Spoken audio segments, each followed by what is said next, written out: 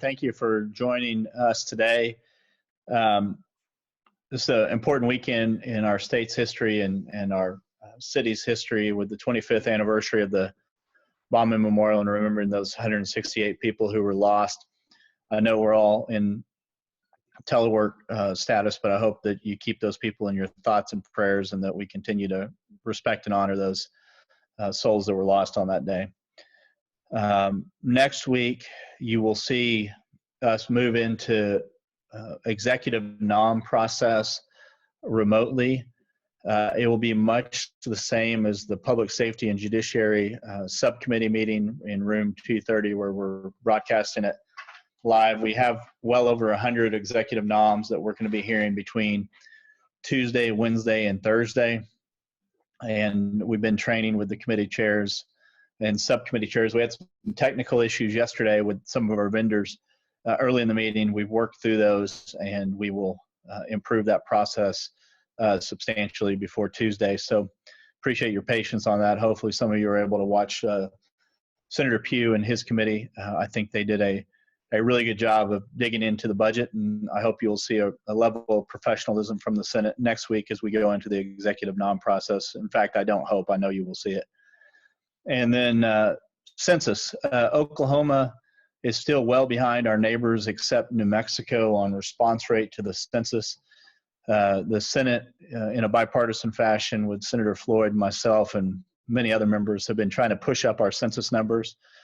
Just to really encourage Oklahomans to get online and fill that out. That has a huge impact on our future as a state, financially, but also just in decisions we make at the state capitol as well. So anything you can do to push out the word on the census would be very much appreciated. We're still trying to make sure that we increase our percentage. We're way too low in that right now, and you'll see us continue to push that out from the Senate. So thank you for joining, and I'll open it up to any questions you may have.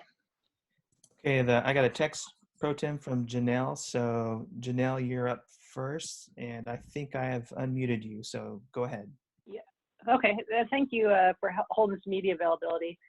My question doesn't actually have to do really with COVID very much, but Sooner Care 2.0 is moving its way through the process during the pandemic. I wondered what you thought of that, if that's a prudent decision. Well, I haven't been able to watch a lot of the Healthcare Authority virtual meetings where they've gone through some of the rulemaking process. I know that my committee chair and subcommittee chair have been watching those pretty closely, Senator McCourtney and Senator Simpson and Senator Racino. And so be happy to have them talk to you. But Sooner Care 2.0, I want to make sure it's well thought out. As you all know, I've been against Medicaid expansion for some time. Obviously, there's a ballot initiative right now. And I know the governor submitted a state plan amendment, but I'm still of the mind that Oklahomans are better served by not expanding Medicaid. And I have to look into the details a little bit more. If you have a more specific question about some of the stuff that's going on there, I'd be more than happy to take that question. Did you have a follow-up? No, I was just curious if you thought it was a good idea to hold these hearings during a pandemic when obviously Oklahomans are very much distracted with other realities, illness. Okay, I see what you're saying. Yeah. Well, the business of the state has to keep going on, not speaking particularly to the merits or lack thereof on the Sooner Care 2.0, but really about, we're still in executive noms, and I would argue that the people overseeing our state agencies and boards and commissions is one of the most important functions we fulfill in the state Senate, and I am confident that we're giving public access to that. And I want to make sure that you all are always aware when we're doing these type of meetings and always have access. As far as the Healthcare Authority, like I said, I haven't been able to watch their presentation, but I know a number of my members have been keeping track of it. And we're still working, even if we're not in the Capitol and agencies are teleworking, but the business of the state has not stopped. We're still working, and hopefully we're being as transparent as possible in this situation. All right, our next question goes to Sean Ashley. Sean, you're up. Yes, Pro Tem. Thank you for doing this, of course. You're going to do executive noms next week. Do you see a time where you might be considering bills in virtual meetings? Yes, I foresee the potential of that, especially with Joint Committee on Appropriations and Budget, just because of the way the process works. But none of those are scheduled right now. But I do foresee having some policy, but more than likely appropriations type process going through JCAB on that if we're not back physically in session on the floor yet. Okay, our next question, Kayla, go ahead.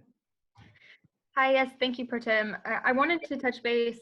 They called a Board of Equalization meeting, and so I wanted to get thoughts and response. It confirmed earlier today that they will be addressing the revenue shortfall. And so I wondered, just your response there, and then if this means that the lawsuit is basically moot now. Well, I'm hopeful. I was encouraged when I saw that the governor had called the Board of Equalization meeting and anticipate that they will do what is right and declare the revenue failure on Monday. Holding out hope for that, and I think it's a very good move, and I'm encouraged by it.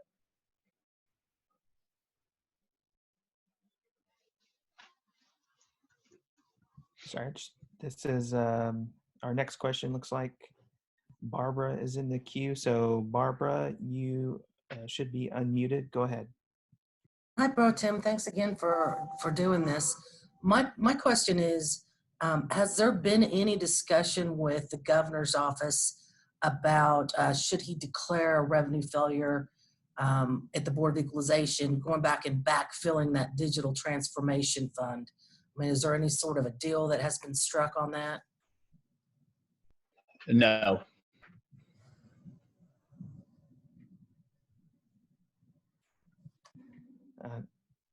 You caught me there. I expected a longer answer.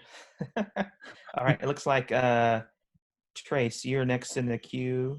Go ahead. You caught me laughing on that. Thank you so much, Mr. Pro Tem, for doing this. And I just want to say thank you, Aaron, and to Committee Chairman Pugh yesterday.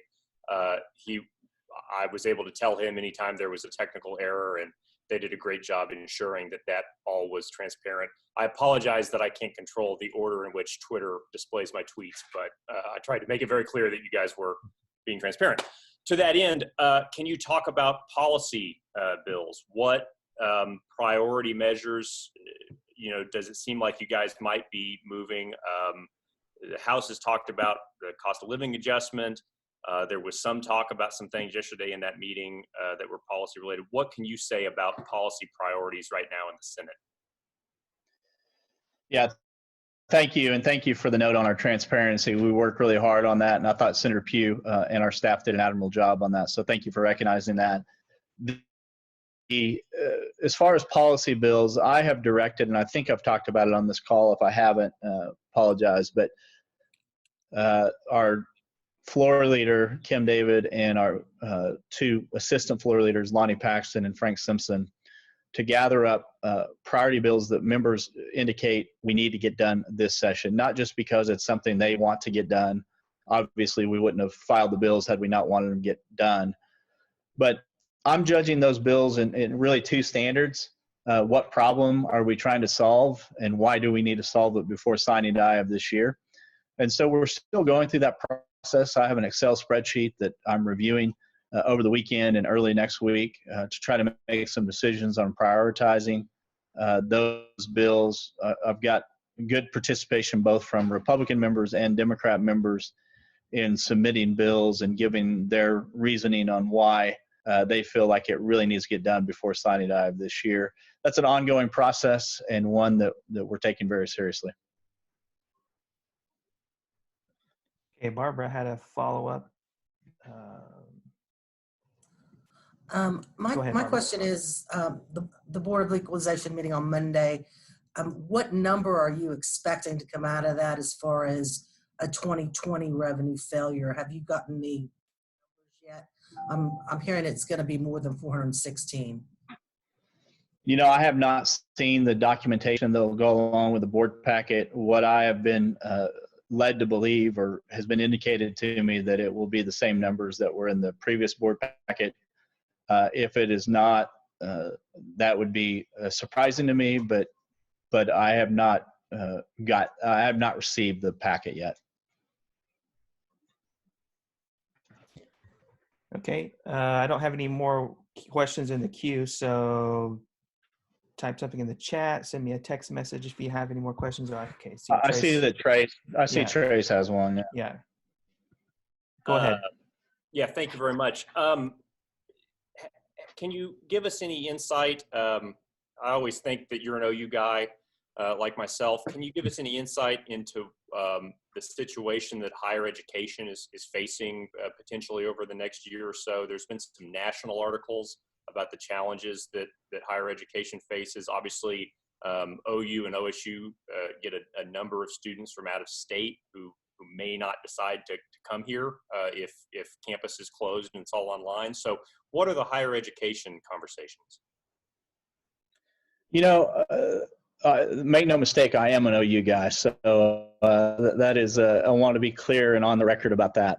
But the conversations about higher ed are interesting. I think there's a lot of conversations. We can get more academic on this as well, but there's a lot of research articles that are being drafted and written now about what is the changing face of the American economy after COVID-19. I think a lot of people have gotten much more comfortable with technology like the technology we're using now, even though there's been some hiccups and some problems on Zoom and other platforms. I think that, you know, universities, OU and OSU, they haven't been as advanced on their distance learning platforms as some other schools around the nation. So I think that there's a real desire to see some investment along that end. I think people are going to continue to move toward this distance learning. There was already some going on in higher ed prior to this, but I think this is going to really push it. As far as will people from out of state be more concerned to come, we'll kind of see. I think it's too early to make real predictions about the long-term and even short-term impact on enrollment numbers at universities based on COVID-19. I still think people will be having a deep desire to enrich their lives and get a higher ed education. And I think that when you look at economic factors, if our economy doesn't bounce back as quick as we hope it does, that may incentivize more people to go not get directly into a career path. You know, a lot of Oklahomans and surrounding region, there's been a real decision with young people when they're graduating high school. Do I go to the oil field and start making some real money right now? Do I go work on a wind farm, or do I go work on a utility and make some legitimate money? If we have some economic factors, there may actually be a positive impact on those who enroll in higher ed. So I think that story is yet to be written.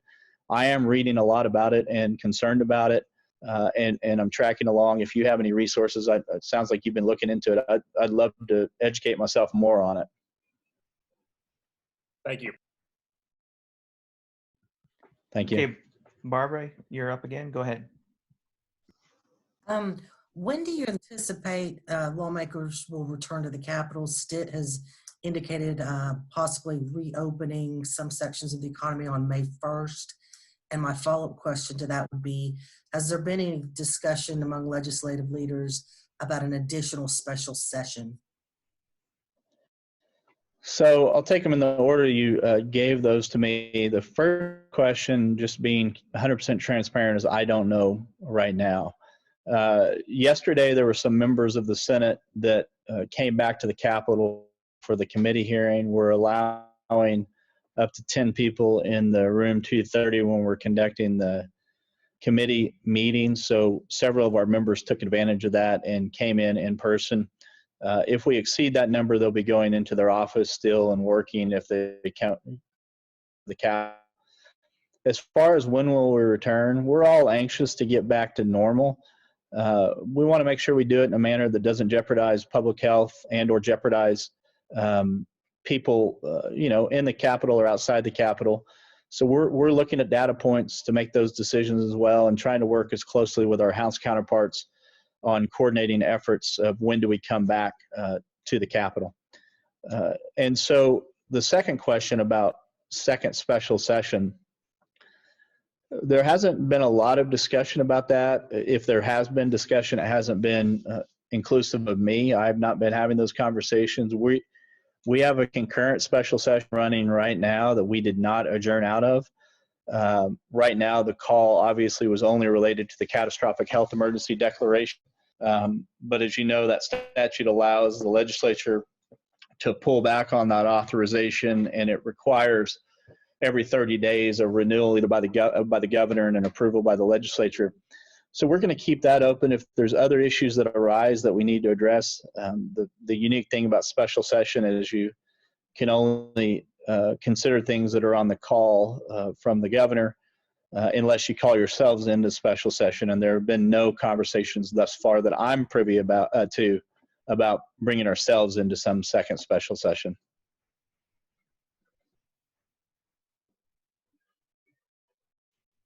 Well, Pro Tem, I don't see any more questions in the chat. I'll give one last call to everybody online with us right now. If you have any other questions, here's our last call. I think we got everyone covered right now. So Pro Tem, any final thoughts, and then we'll be done. No, thank you again for continuing to have interest in this. We'll continue to do this as long as you find it helpful. And I personally am committed to transparency in the Senate, and I want to make sure that our body really takes that seriously. And I hope these committee meetings show that. We'll continue to work through that, and I look forward to talking to you next week.